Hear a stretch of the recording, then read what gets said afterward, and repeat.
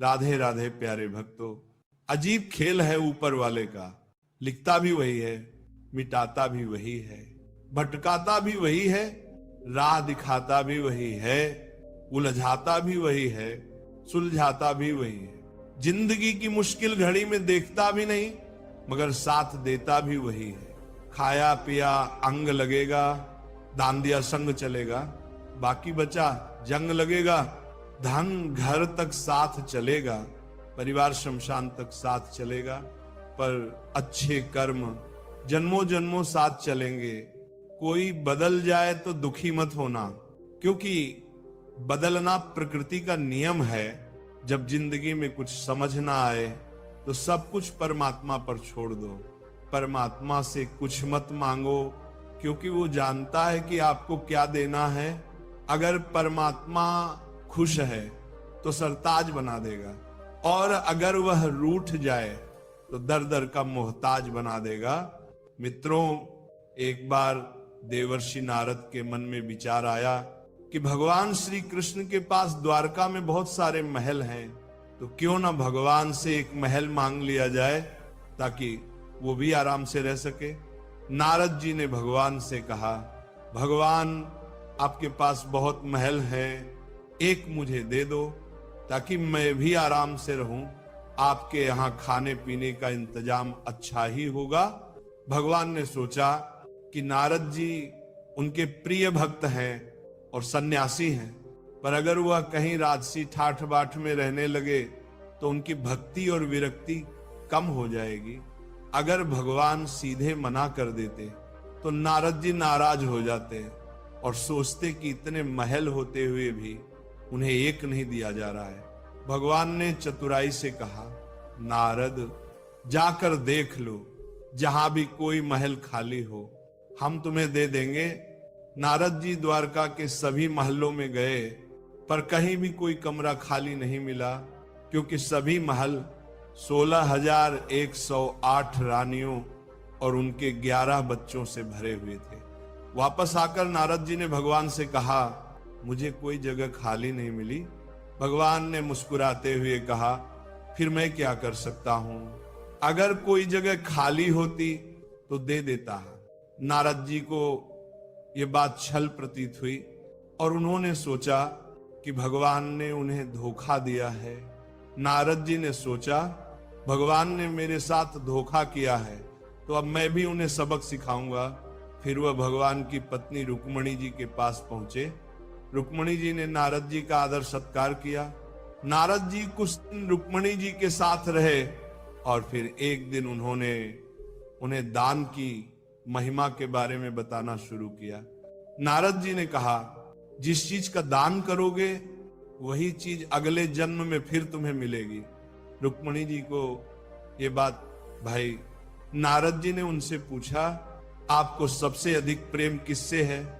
रुक्मणी जी ने उत्तर दिया, भगवान श्री कृष्ण से।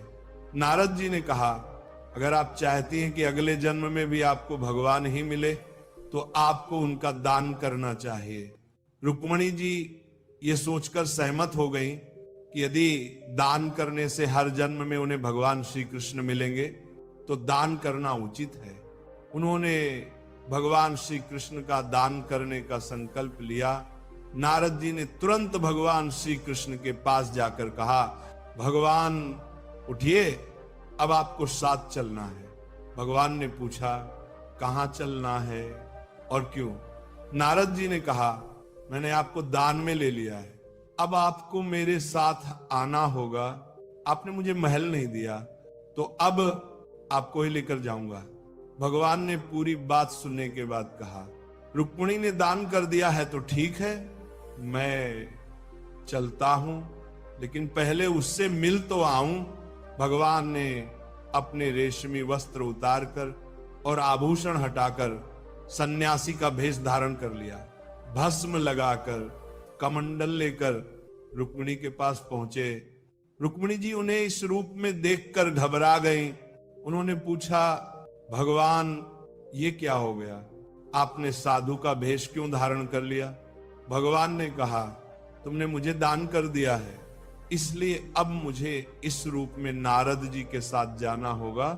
रुक्मिणी जी समझ गई कि उन्होंने भावुकता में आकर कुछ गलत कर दिया। वो बोली, मैंने इस तरह का दान नहीं किया था। भगवान ने कहा, दान का यही मतलब होता है कि जिसे दान किया जाए वह उसके अधिकार में हो जाता है। रुक्मिणी ने रोते हुए कहा, नारद जी, आपने मेरे साथ अन्याय किया। मैंने भगवान को अगले जन्म में पाने की कामना से दान किया था, ना कि उन्हें अभी खोने के लिए। इतने में सत्यभामा और अन्य रानियां भी वहां आ पहुंची। सत्यभामा ने नारद जी से कहा, भगवान सिर्फ रुक्मिणी के नहीं हैं, वे हम सबके हैं, इसलिए रुक्मिणी अकेले उन्हें दान नहीं कर सकती है। नारद जी ने सोचा, ये तो मामला उलझ रहा है। फिर उन्होंने कहा, ठीक है ना, भगवान का दान तभी पूरा माना जाएगा उनके वजन के बराबर सोना और गहने तुल्ला दान के रूप में दान कर दिए जाएं।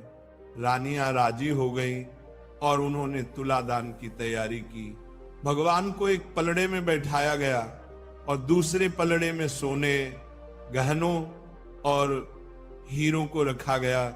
लेकिन कितना भी सोना और गहने डालें, भगवान का पलड़ा हल्का नहीं हो रहा था। सारा धन डालने के बाद भी तुला बराबर नहीं हो पाई। नारद जी ने कहा, अब तुला दान नहीं हो पा रहा है तो मैं भगवान को ले जाऊंगा। तभी भगवान ने रुक्मिणी जी को इशारा किया और कहा, तुम सारा धन हटा दो और तुलसी का एक पत्ता रख दो। रुक्मिणी ने वैसा ही किया। जैसे ही तुलसी का पत्ता पलड़े पर रखा गया, भगवान का पलड़ा तुरंत ऊपर उठ गया और तुला दान पूरा हो गया।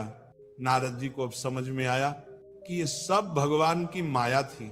नारद जी ने भगवान से कहा, भगवान, आपने मेरे साथ फिर से छल किया। भगवान ने मुस्कुराते हुए कहा, नारद, ये मेरा खेल है और इसमें तुम्हें भी हिस्सा लेना पड़ा। नारद जी ने अंत में भगवान से विनती की, भगवान, मैं आपसे एक वरदान मांगता हूं कि मेरी शोक और मोह की भावना समाप्त हो जाए और मैं आपके परम धाम को प्राप्त कर सकूं। भगवान ने नारद जी को हृदय से लगाया और कहा, नारद, तुम्हारी मुक्ति निश्चित है। इस कहानी का मुख्य संदेश यह है कि सच्ची भक्ति और प्रेम का मूल धन, वैभव या भौतिक संपत्तियों से नहीं किया जा सकता है। भगवान का सानिध्य और अनुग्रह किसी भी प्रकार के भौतिक दान से अधिक मूल्यवान होता है। केवल प्रेम और समर्पण ही ईश्वर की कृपा प्राप्त करने का सच्चा मार्ग है। साथ ही ये सिखाती है कि भौतिक सुखों की इच्छा हमें भगवान से दूर कर सकती है, जबकि सादगी और वैराग्य से हम उनकी शरण में रह सकते हैं। मिटाने से मिटते नहीं, भाग्य के यह लेख, कर्म अच्छे करता चल, फिर ईश्वर की महिमा देख। दर्द ना होता तो खुशी की कीमत ना होती। अगर मिल जाता सब कुछ केवल चाहने से तो दुनिया में ऊपर वाले की जरूरत ना होती। वृंदावन की एक गोपी प्रतिदिन मथुरा जाकर दूध दही बेचती थी। एक दिन ब्रज में एक संत कथा सुनाने आए और वह गोपी भी उनकी कथा सुनने पहुंची। संत ने कथा में कहा, भगवान के नाम की बड़ी महिमा है। भगवान के नाम जाप करने से बड़े संकट टल जाते हैं। भगवान का नाम तो भवसागर से पार लगाने वाला है। यदि तुम्हें भवसागर से पार होना है तो भगवान का नाम कभी मत छोड़ना। कथा समाप्त होने के बाद अगले दिन गोपी फिर से दूध बेचने के लिए मथुरा की ओर निकली। रास्ते में उसे यमुना नदी पार करनी पड़ती थी। जब वह यमुना के पास पहुंची तो उसे संत की बात याद आई। उसने सोचा, संत ने कहा था कि भगवान का नाम भवसागर से पार लगा सकता है, तो क्या भगवान का नाम मुझे इस साधारण सी नदी से पार नहीं लगा सकता? ये सोचकर गोपी ने निस्वार्थ भाव से भगवान का नाम लिया और यमुना में कदम रख दिया। जैसे ही उसने यमुना में पैर रखा, उसे ऐसा महसूस हुआ मानो वह जमीन पर चल रही हो बिना किसी कठिनाई के। उसने पूरी यमुना पार कर ली। गोपी को बहुत प्रसन्नता हुई और उसने मन ही मन सोचा, संत ने तो बड़ा अच्छा तरीका बताया पार जाने का। अब रोज नाविक को पैसे भी नहीं देने पड़ेंगे।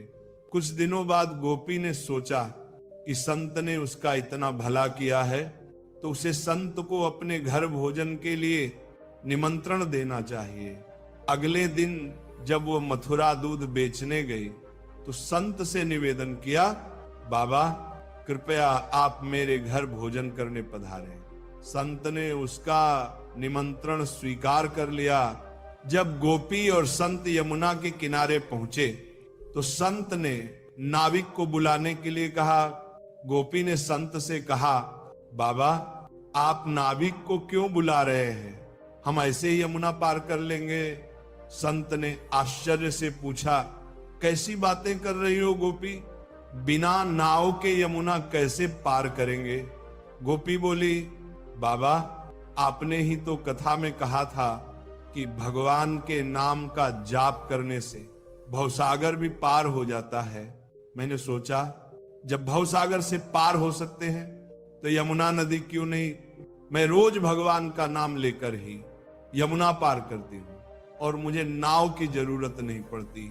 संत को गोपी की बात पर विश्वास नहीं हुआ। उन्होंने कहा, तू पहले चल, मैं तेरे पीछे पीछे आता हूं। गोपी ने रोज की तरह भगवान का नाम लेकर यमुना में कदम रखा और सहज ही नदी पार कर गई। संत ने देखा पर उन्हें विश्वास नहीं हुआ।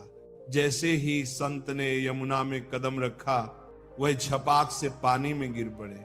ये देखकर गोपी वापस आई और संत का हाथ पकड़कर उन्हें अपने साथ चलने को कहा। इस बार जब संत ने गोपी का हाथ पकड़ा तो वे भी ऐसे चले जैसे जमीन पर चल रहे हों। ये चमत्कार देखकर संत गोपी के चरणों में गिर पड़े और कहने लगे, गोपी तू धन्य है, सही मायनों में नाम का आश्रय तो तुमने लिया है। मैं जिसने नाम की महिमा बताई खुद उसका सच्चा आश्रय नहीं ले पाया। संत ने गोपी से सच्चा नाम स्मरण सीख लिया और फिर भगवान के नाम की महिमा को समझकर उसका सही अर्थ में पालन करने लगे। मित्रों, कुछ पल तन्हाई में बैठकर ईश्वर को याद कर लिया करो, फिर देखना बहुत सुकून मिलेगा। इमली का नाम लेने से मुंह में पानी ना भरे और ईश्वर का नाम लेने से आत्मा को ठंडक ना मिले, ऐसा हो ही नहीं सकता। गुजरी हुई जिंदगी को कभी याद ना करे, तकदीर में जो लिखा है उसकी फरियाद ना करें। जो होगा वो होकर रहेगा। तो कल की फिक्र में अपनी आज की हंसी बर्बाद ना करें। जहां का डर नहीं वहां जाना नहीं। जो सुनता नहीं उसे समझाना नहीं। जो पचता नहीं उसे खाना नहीं पे। जो सत्य पर भी रूठे उसे मनाना नहीं। जो जाहिर करना पड़े वह दर्द कैसा, और जो दर्द ना समझ सके वह हमदर्द कैसा। यहाँ का दस्तूर है चुप रहना। जो दिल पर गुजरे किसी से ना कहना। हर आंसू आंख में लाया ना करो, हर बार सबको बताया ना करो। हर शख्स यहाँ नमक लिए घूमता है, हर जख्म सबको दिखाया ना करो। खूबियां कम और अरमान बहुत हैं। जिसे भी देखो परेशान बहुत है।